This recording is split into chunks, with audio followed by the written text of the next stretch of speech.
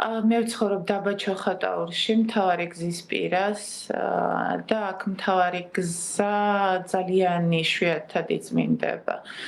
იმ შემთხვევაში თუ ეს ტრანსპორტი იქნება, გადაუდებელი საჭიროების შემთხვევაში თუ ტრანსპორტი იქნება ძალიან მაღალი გამავლობის, მაშინ შეძლებს. და ასეთი ტრანსპორტი დადის სწორედ გზაზე დღეს. სხვა ტრანსპორტი უბრალოდ ვერ გაივლის, რომ სასწრაფოს მანქანა ვფიქრობ შეძლებს, მხოლოდ იმიტომ, რომ ეს არის ცენტრალური გზა და შედარებით, ყოველ შემთხვევაში დღეში ერთხელ მაინც დადის ტრაქტორი. სოფლებზე რა მოგახსენოთ? სოფლები აბსოლუტურად ჩამარხულია ფაქტიურად თოვლში. გადაუდებელი სამედიცინო დახმარების შემდეგ ყველაზე მეტად ადგილობრივებს სახლების შესაძლო გრევის ეშინიათ. რა მდგომარეობაშია თქვენი სახლი და ვის მიმართეთ პრობლემის მოსაგვარებლად? არის თქვენთან კავშირზე ადგილობრივი მუნიციპალიტეტი მაგალითად? არა, კავშირზე არავინ არ არის შექმნილი არც სამაშველო ჯგუფები, არც მობილური ჯგუფები, ყოველ შემთხვევაში იქ სადაც მე ვარ. არავინ არ დაკავშირებია. ერთადერთი გზა, რომელიც გამოჩნდა, ასე ვთქვათ, ეს არის ფასიანი სერვისები, რომ სახლის სახურავები გაწმინდონ და ეს ღირს ძალიან ძვირი, რასაც დარწმუნებული არ უმეტესობა ვერ გაწუდება, რა თქმა უნდა. სხვა არავინ, ესე სიჩუმეა, დუმილია. თოვლში ვართ და არავინ არ დაკავშირებია. რა გჭირდებათ ახლა ყველაზე მეტად და ასევე რომ გითხრათ როგორი ვითარებაა მარაგების თვალსაზრისით? აი გულისხმობ საკვებ პროდუქტებს, მედიკამენტებს მაგალითად. მარაგები მე პირადად, როდესაც ვნახე პროგნოზი, გარკვეული მარაგები გავაკეთე, მაგრამ რა თქმა უნდა ყველაფერი ილევა. და ახლა მე წარმომიდგენია იმ ადამიანების მდგომარეობა, ვისაც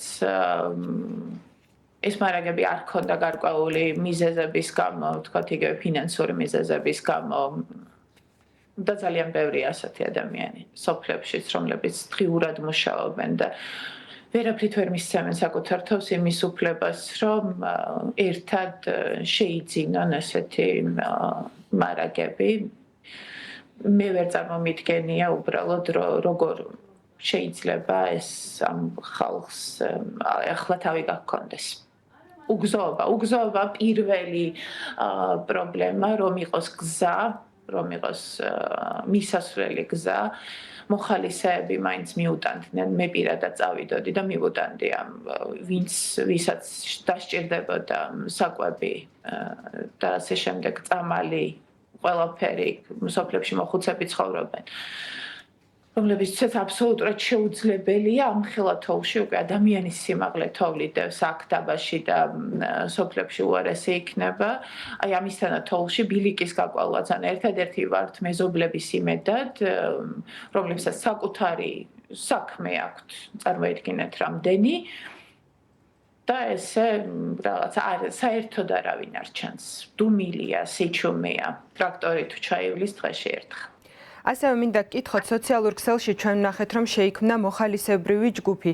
ადგილობრივები თუ თქვენი იგრული რა სიტუაციაა ეს რომ გითხრათ და აი ადგილობრივები თუ ცდილობენ დაუშვათ საკუთარი ძალებით აი ამ პრობლემასთან გამკლავებას?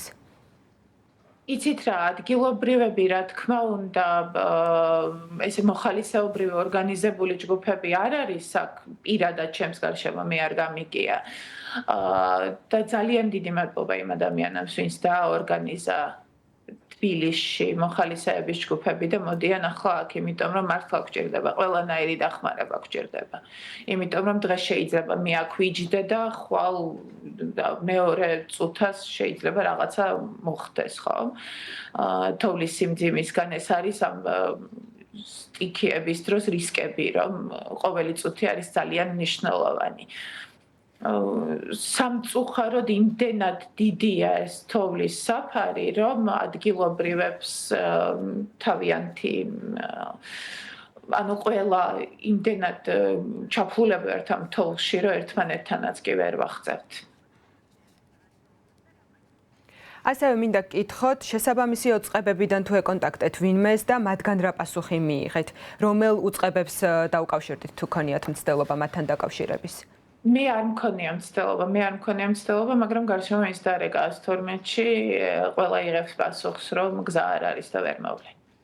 ძალიან დიდი მადლობა მინდა გითხრათ. დიახ. დიახ, დამთავრეთ. ტექნიკას უბრალოდ ეს მინდა ვახსენო, რომ რაიონში, სადაც 44 სოფელი არის 5 ტრაქტორი. ძალიან რომ მოინდომოს ამ 5 ტრაქტორმა და დღე და ღამე იმუშაოს, უბრალოდ ვერ გაწუდება ამ 44 სოფლის მთავარ გზებსაც კი არაფერს ვამბობ, მოსახლეობა სადაც ცხოვრობს ქუჩები და ჩიხები, ფიზიკურად ვერ გაწუდება, აბსოლუტურად მომზადებელი.